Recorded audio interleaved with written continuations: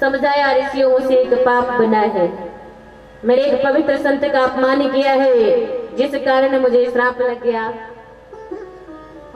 अब ज्ञान की लंबी चौड़ी बातों के लिए मेरे पास समय नहीं है। मेरे पास कितना समय है? मात्र 7 दिन का समय है। आप कोई ऐसा उपाय बता दीजिए जिससे इतने कम समय में ही मेरा उद्धार हो जाए।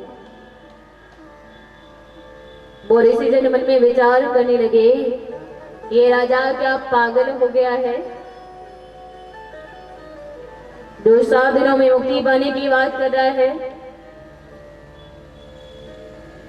अरे मृत्यु के करीब का समय तो बड़ा नाजुक होता है, उस समय राम नाम जल्दी होठों पर नहीं आता है। जन्म जन्म मुने जतन कराही, अंत राम कहे आवत नाही। जब मौत सामने खड़ी हो, डॉक्टर साहब ने कह दिया बेटा पिताजी बचने वाले नहीं, दुनिया छोड़कर जाएंगे, ले जाओ, जिससे मिलना चाहे मिलाओ, जो खाना चाहे खिलाओ। अब बेटा पूछ रहा पिताजी आपकी कुछ खाने पीने की तो इच्छा नहीं हो रही? पिताजी कह रहे बेटा एक काम कर दे, अमेठी की फेमस मिठाई खवा दे, फिर मुझे मरवे में कोई कष्ट ना होगा, और वाय खाए बिना मर गो तो बहुत बड़ो कष्ट है। कोई कहता मेरी जो बेटी ससुराल में है, मेरी बेटी बुलाकर मुझे दिखा दो। कोई कहता जो मेरा बेटा नौकरी पर है, मुझे मेरा बेटा दिखाओ, मेरी स्वासा उसी में अटकी है। किंतु कोई नहीं कहता कि थोड़ी देर के लिए तुम सब मुझे अकेला छोड़ दो, तो मुझे प्रभु का ध्यान करने दो, हरि का नाम लेने दो। अंत समय भगवान का चिंतन करिए, क्योंकि अंत भला तो शव भला। मृत्यु सुधर गई तो विचार करो सारा जीवन सुधर गया, और मृत्यु उसी की सुधरती है जो सारा जीवन सुधार के रखते हैं। तो दिनचर्या को ऐसा बनाकर रखिए कि अंत समय परमात्मा याद आए, क्योंकि सारा जीवन जिसका चिंतन करते हैं अंत समय भी वही याद आता है। जैसे एक सुनार था, सारा जीवन सोने के काम में बिता दिया, बुढ़ापा आ गया, जर्जर शरीर हो गया, रोगों ने घेर लिया, चारपाई पर पड़े हैं। 1 महीना बीतने को आ गया लेकिन अभी बाजार में नहीं पहुंचे। चारपाई पर पड़े पड़े भी सोने का चिंतन करते रहते, मालूम नहीं सोना क्या रेट चल रहा होगा। उनका बुखार बढ़ा, बालकों ने डॉक्टर को बुलाया। डॉक्टर साहब ने बुखार नापा, बताया बेटा तुम्हारे पिताजी को 105 डिग्री बुखार है। अब पिताजी का ध्यान कोई अपनी मर्ज है या डॉक्टर की तरफ तो था नहीं, पिताजी का ध्यान कहाँ है? सोने के पास। जो ही पिताजी के कान में 105 शब्द पड़ा, चिल्लाकर बोले बेटा बेच दे बेच दे। अरे मैंने तो 80 के भाव में खरीदा, 105 हो गया तो जल्दी बेच दे, देरी मत कर, बहुत बड़ा फायदा है। ऐसे शब्द कहते हुए प्राण त्याग दे। कहने का मतलब सारा जीवन जिसके चिंतन में निकाल देते हैं, अंत समय भी वही याद आता। इसलिए दिनचर्या को ऐसा बनाइए, जीवन को ऐसे सांचे में ढाल कर रखिए कि अंत समय परमात्मा याद आए। आज कोई ऋषि परीक्षित जी को मुक्ति पाने का उपाय नहीं बता पाया। अब तो मन ही मन में परीक्षित जी द्वारिकाधीश का ध्यान कर रहे हैं। हे द्वारिकाधीश, आपने ही मेरा जीवन उजागर किया है, कृपा करके आप ही मेरी मृत्यु भी सुधारिए, आप मेरे लिए कोई सद्गुरु भेजिए।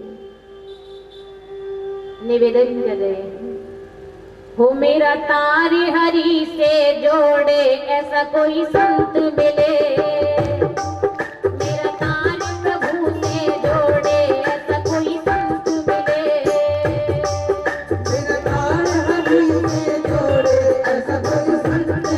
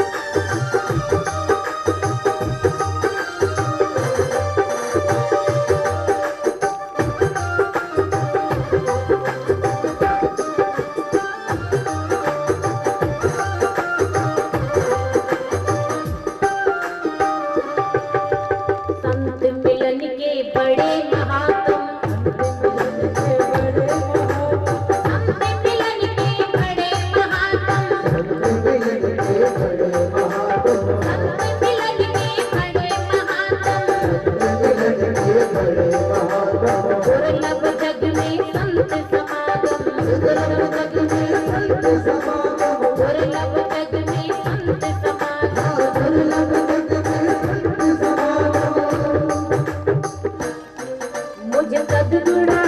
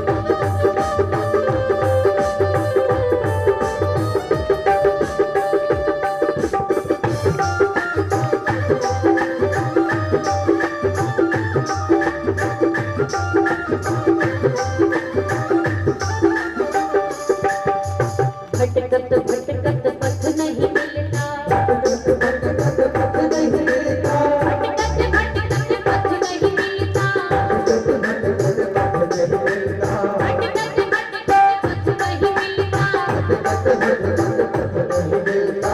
मन मेरा रोके नहीं रुकता, मन मेरा रोके नहीं रुकता, मन मेरा रोके नहीं रुकता, मन मेरा रोके नहीं रुकता।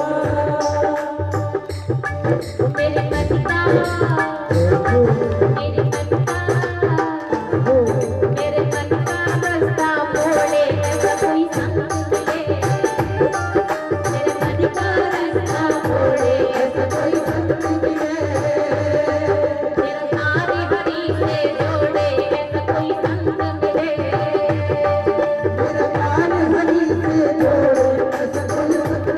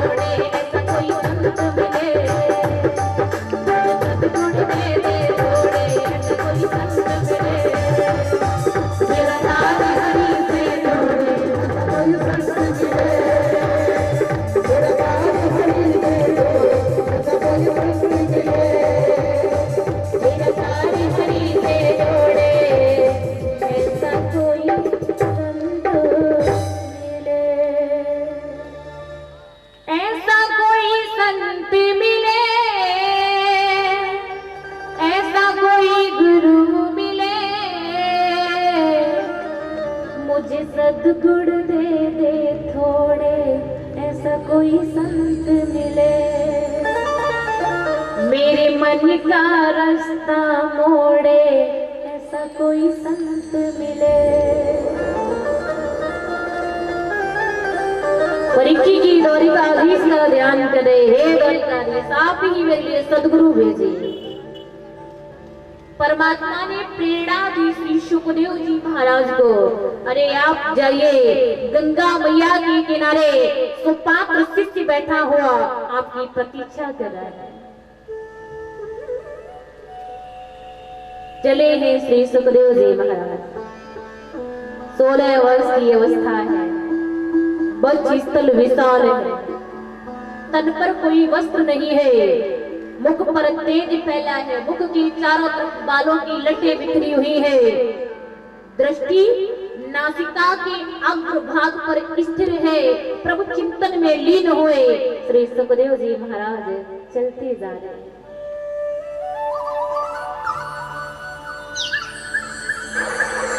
आज चारों तरफ प्रकाश साफ फैल गया है। ऋषिगण जान गए श्री सुखदेव जी महाराज पधार गए। जब सुखदेव जी महाराज गंगा मैया के किनारे आए तो सबने खड़े होकर सुखदेव जी का स्वागत सत्कार किया। वहां श्री सुखदेव जी महाराज जी के पिताजी व्यास मुनि बैठे हुए थे। व्यास मुनि ने भी खड़े होकर सुखदेव जी का स्वागत किया। बोलिए श्री सुखदेव जी महाराज की। सुखदेव जी महाराज का आगमन हुआ, सबने स्वागत किया। राजा ने दंडवत प्रणाम किया, उच्च आसन देकर बिठाया, हाथ जोड़कर निवेदन किया, यत्र प्रागच्छाम सिद्धिनम योगिनम परम गुरु पुरुषस्य यत् कार्यम ब्रह्मांडस्य सर्वथा। अरे ईश्वर आप योगिनियों के परम गुरु के समान है, इसलिए आपसे परम सिद्धि के स्वरूप में प्रश्न करना चाहता हूं। मैं आपसे पूछना चाहता हूं कि जिस मनुष्य को मृत्यु की निश्चित घड़ी मालूम हो, निश्चित समय मालूम हो, ऐसे मनुष्य को क्या करना चाहिए? इस पर मुझसे पाप बन गया है कि मैंने एक पवित्र संत का अपमान किया है। इसलिए ज्ञान की लंबी चौड़ी बातों के लिए मेरे पास समय नहीं है। मेरे पास कितना समय है? मात्र 7 दिन का समय है।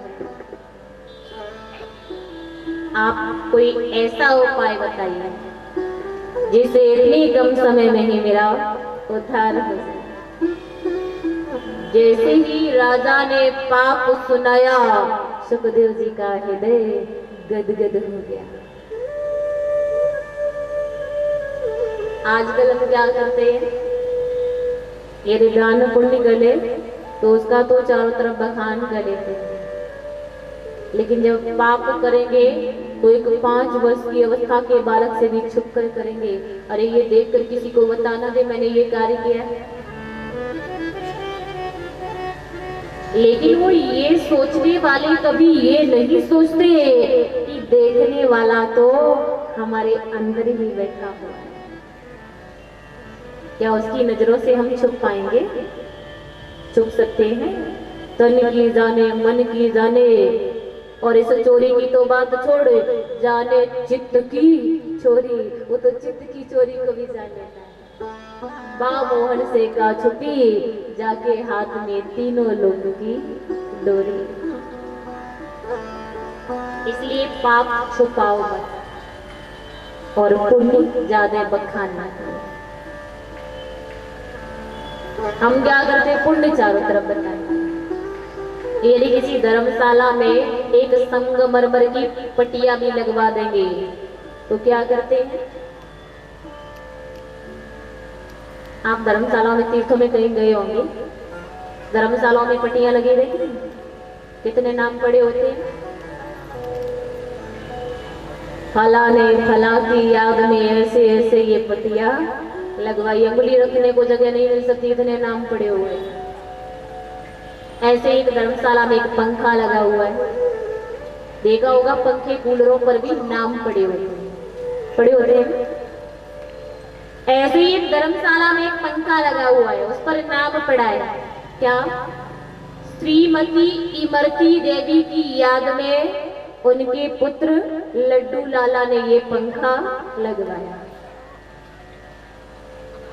अब दिन में जितना चक्कर काट रहा पंखा, उतने चक्कर काट रही कौन? इमरती देवी। जितनी बार घूम रहा पंखा, उतनी बार घूम रही इमरती देवी। इमरती देवी बोली, सुन रे लड्डू लाला, इतने चक्कर तो 84 लाख योनियों में जन्म लेने के बाद नहीं काटने पड़ते, जितने चक्कर तूने एक जन्म में ही मुझसे कटवा दिए। एक पंखा एक दिन में कितना चक्कर लगा होता होगा, कोई आइडिया है? अनगिनत चक्कर लगा रहा, जितनी बार घूम रहा पंखा उतनी बार घूम रही इमरती देवी। कहने का मतलब हम दान पुण्य का तो चारों तरफ बखान करते हैं, लेकिन पुण्य बताइए मत, क्योंकि बताने से उसका प्रभाव कम होता है, महत्व कम होता है। और पाप छुपाइए मत, सबके सामने प्रकट करिए, क्योंकि जब पाप सबके सामने प्रकट करेंगे तो हमारी पाप करने की आदत छूटेगी। राजा ने जो ही पाप सुनाया, सुखदेव जी का हृदय गदगद हो गया। अरे राजन, तू घबरा क्यों ना? अभी तो तेरे पास 7 दिन का समय है परीक्षित है। ये 7 दिन का समय तो बहुत लंबा समय है। यदि तू चाहे तो तेरा 7 मिनट में ही उद्धार हो जाएगा, इसलिए घबरा मत, धैर्य धारण कर। और वक्त जब सदगुरु को सदस्य से मिल जाए तो गुरु का हृदय करता है कि अपना सर्वस्व शिष्य को अर्पित कर दे। किसी पूर्ण संत से मिलना हो जाए तो समझ लेना कि परमात्मा से भी मिलना दूर नहीं रहा। लिखा भी है, जब संत मिलने हो जाए, तेरी वाणी हरि गुण गाए, तब इतना समझ लेना अब हरि से मिलन होगा। तब इतना समझ लेना अब हरि से मिलन होगा। आँखों से आंसू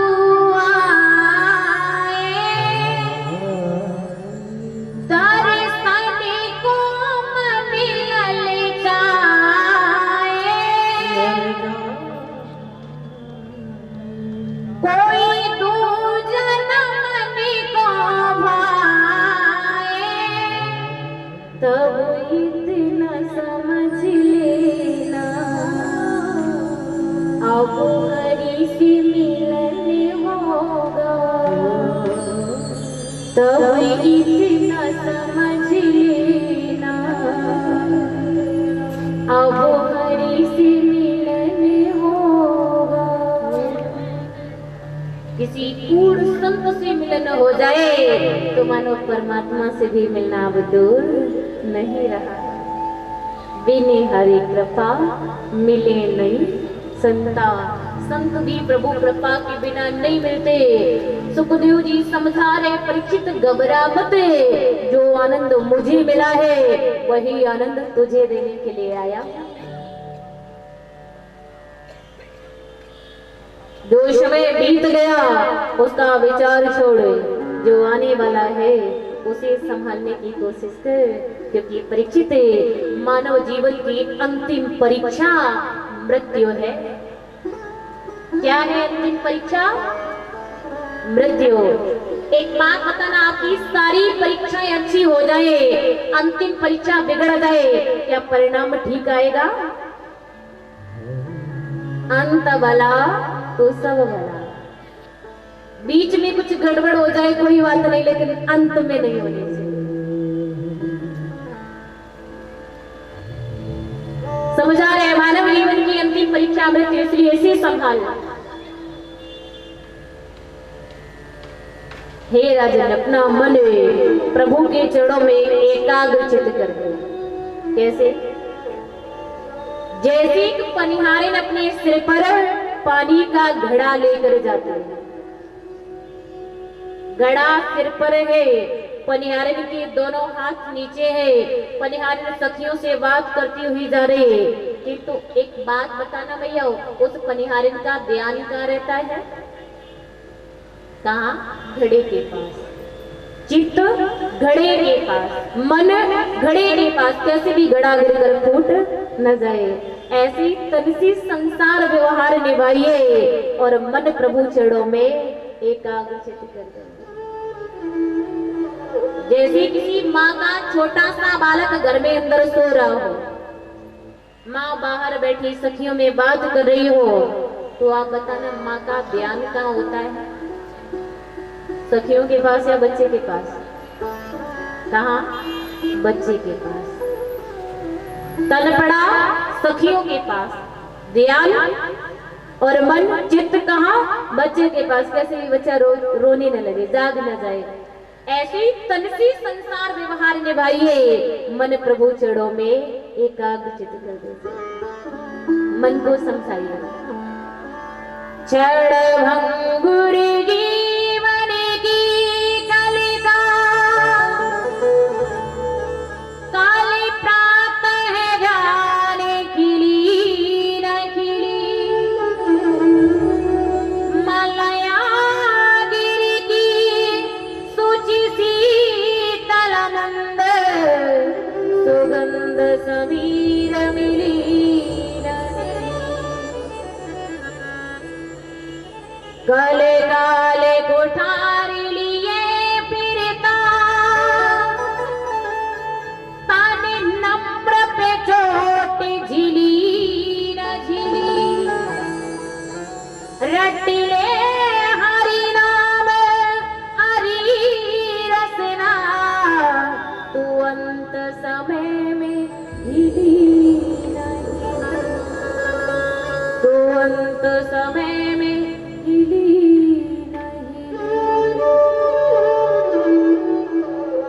तो इस मन को समझाकर हरि चरणों में लगा दो, हरि भजन में लगा दो।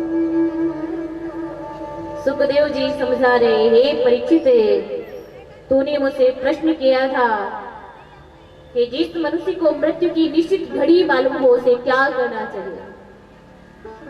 परीक्षित, उसे भगवान की भागवत रूपी कथा श्रवण कर। संक्षेप में सारा उपदेश दे दिया परीक्षित को। अब परीक्षित का मन दुनिया में इधर उधर न भटके, तो सुखदेव जी ने कथा प्रारंभ की। परीक्षित जी कह रहे ये कथा आप ही सुनाइए। सुखदेव जी बोले कथा मैं सुनाऊंगा, लेकिन पहला ये कथा मन लगाकर सुननी है, दूजे इसमें आए किसी प्रसंग पर तुझे शंका नहीं करनी। कथा प्रारंभ की। अब एक बात विचारणीय है, ध्यान देना।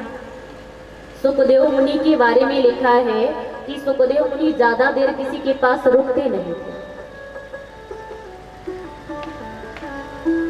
जितना समय कोई मैया गैया का दूध काढ़ने में लगाती है, बस उतनी देर एक स्थान ठहरते, तुरंत वहां से चल देते। तो जो ऋषि कभी किसी के पास एक दिन नहीं रुका, वो ऋषि परीक्षित जी के पास 7 दिनों तक रुक गया। ऐसा क्या था राजा परीक्षित में? जो कहीं नहीं रुकता, वो राजा परीक्षित के पास 7 दिनों के लिए रुक गया। क्या था ऐसा परीक्षित में? क्यों रुके सुखदेव मुनि?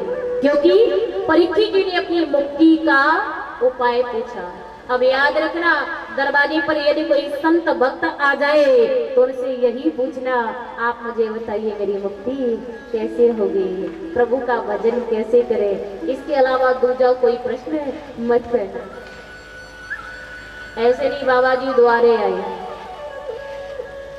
हाँ बोले बाबा जी एक बात बताइए, हाथ देखकर कुछ बताना जानते हो? हमारा रोजगार कैसा चलेगा, संतानों का भाग्य भविष्य ये सब कैसा होगा? यदि आप ये प्रश्न कर रहे हैं तो मान लीजिए आप बाबा जी से कह रहे बाबा जी अपना रास्ता पकड़ लो। बाबा जियों की बात छोड़ दो, कई जगह माता हमसे पूछने लगती हैं अकेली कथा करती हो या कि हाथ देख के भी कुछ बताती है। बाग भविष्य मत पूछिए, बस ये पूछिए प्रभु की प्राप्ति कैसे हो। और यही तो प्रश्न किया था परीक्षित जी ने, इसीलिए तो सुखदेव जैसा बाल ब्रह्मचारी ऋषि जो कभी किसी के पास नहीं रुका, परीक्षित के पास 7 दिनों के लिए रुका। भगवान के अवतारों का वर्णन सुनाया, किस प्रकार भगवान के अवतार हुए, समझाया राजा ने। जो पृथ्वी पर अधर्म बढ़ने लगेगा, धर्म की कीट नहीं रहेगी, उस समय भगवान कल की नाम से अवतार धारण करेंगे। और इस प्रकार पृथ्वी पर भगवान के 24 अवतार पूर्ण हो जाएंगे। बोलिए वाके हरिलाल की जय हो। सृष्टि वर्णन सुनाया। राजन, सृष्टि की याद में संपूर्ण पृथ्वी जलमग्न थी, चारों तरफ जल ही जल था। नारायण भगवान अपनी शेष की सैया पर विराजमान थे। जल में वास होने के कारण ही इनका नाम नारायण था। इनकी नाभि से कमल निकला, कमल में चतुर्मुखी ब्रह्मा जी प्रकट हुए। ब्रह्मा जी ने देखा मैं अकेला हूं, मेरा उत्पत्ति करता कौन है? तो आकाशवाणी हुई, हे ब्रह्मा तप। ब्रह्मा जी ने घोर तप किया, नारायण भगवान प्रकट हुए। ब्रह्मा जी से पूछ रहे, ब्रह्मा तुमने मुझे क्यों याद किया? ब्रह्मा जी बोले, भगवान आप मुझे बताइए मेरे लिए क्या कार्य है, क्यों प्रकट किया गया, मुझे क्यों उत्पन्न किया? नारायण भगवान बोले, हे ब्रह्मा तुम हमारी आज्ञा अनुसार सृष्टि का विस्तार करो। ब्रह्मा जी बोले, मैं सृष्टि का विस्तार करूं? मुझे सृष्टि विस्तार का ज्ञान नहीं है। तो नारायण भगवान ने ब्रह्मा जी को चतुर्श्लोकी भागवत श्रवण कराए, ज्ञान कराया। नारायण भगवान अंतर ध्यान हुए। बोलिए चतुर्भुज नारायण की जय हो। ब्रह्मा जी ने सृष्टि रचना प्रारंभ की। पहले 4 पुत्रों को प्रकट किया, सनक सनंदन सनातन सनत कुमार। इन चारों से सृष्टि विस्तार के लिए कहा। ये चारों मानसिक पुत्र हैं ब्रह्मा जी। इन चारों